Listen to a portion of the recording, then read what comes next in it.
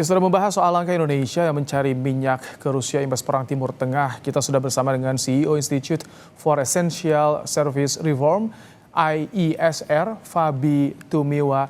Selamat malam, Pak Fabi. Selamat malam, Mas Ibrahim. Ini Indonesia dapatkan cadangan minyak mentah dari Rusia. Apa yang bisa dicermati dari kesepakatan ini, Pak Fabi? Yang pertama ini tentunya kabar baik ya. Seperti yang kita tahu, kita kan harus menggantikan 25% pasokan minyak mentah. Itu kira-kira 125.000 barrel per hari yang tadinya berasal dari timur tengah ya. Dan kalau kita hitung-hitung dengan perang ini sudah berjalan hampir lebih dari 45 hari kira-kira ya.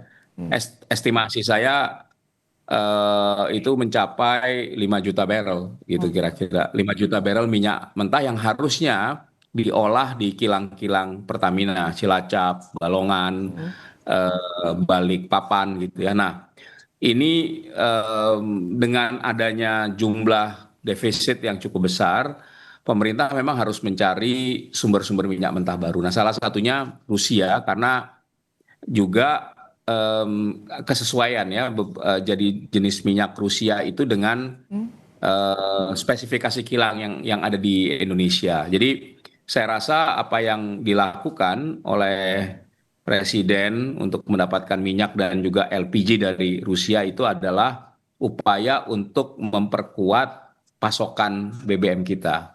Oh, oke. Tidak perlu diuji lagi karakteristik minyak mentah dari Rusia, Pak Fabi? Ya kalau dari mana-mana namanya minyak mentah kan sebenarnya ketika mau dibeli atau mau dipakai ya biasanya sudah punya eh, karakteristiknya. Jadi ya tidak perlu diuji gitu ya. Oke.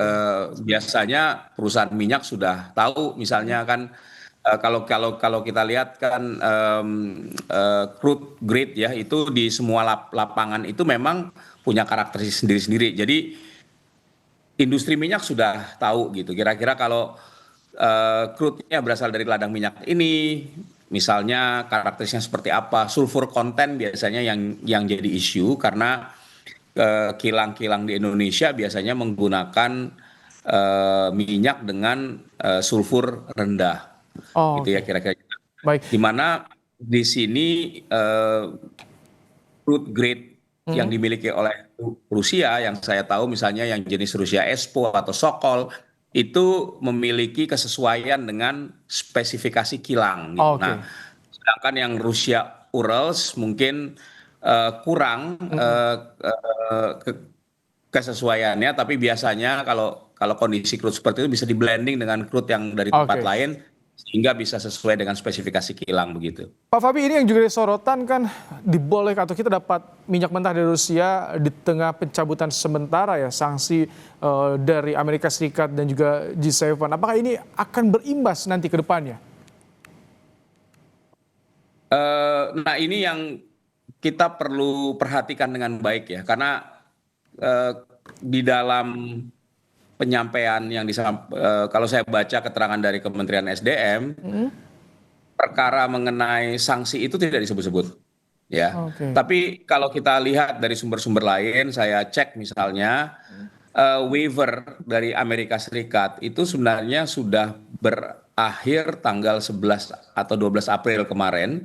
Dan menurut keterangan dari Treasury, US Treasury, mereka nggak akan memperpanjang waiver itu, Oh, gitu. Nah, ini jadi pertanyaan ya, karena kemudian kalau waiver itu tidak diperpanjang, maka ada implikasi oke. yang mungkin membuat eh, pengiriman minyak dari sana, dari Rusia ke Mhm. Indonesia itu bisa jadi lebih kompleks, Oh, gitu. oke.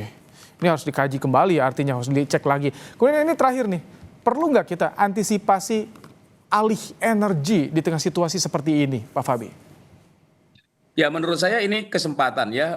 Krisis yang kita alami hari ini, saya bilang ini kan krisis energi fosil sebenarnya. Itu adalah sebuah wake up call bahwa krisis minyak itu adalah atau energi fosil itu merupakan financial risk bagi Indonesia. Dan oleh karena itu, maka untuk mengurangi risiko itu kita harus mulai beralih ke sumber-sumber energi terbarukan yang sebenarnya kita punya sendiri. Ya, jadi dengan pengembangan energi terbarukan kita tidak bergantung pada sumber energi yang ketersediaannya dipengaruhi oleh faktor geopolitik, oleh faktor-faktor seperti perang yang tidak dalam kendali kita. Dan kita lihat dampaknya pada fiskal kita kan, kita dihadapi oleh tekanan fiskal yang besar karena kita juga memberikan subsidi yang besar bagi energi fosil ya, minyak Baik, dan LPG yang membuat ya kita harus memangkas anggaran-anggaran yang lain dan juga berdampak pada perkembangan ekonomi kita. Jadi baik, memang buah keharusan untuk kita melakukan transisi energi berpindah menuju energi terbarukan. baik. Terima kasih untuk ulasannya. CEO Institute for Essential Service Reform IESR, Fabi Tumiwa di program Kupas Malam. Terima kasih. Baik.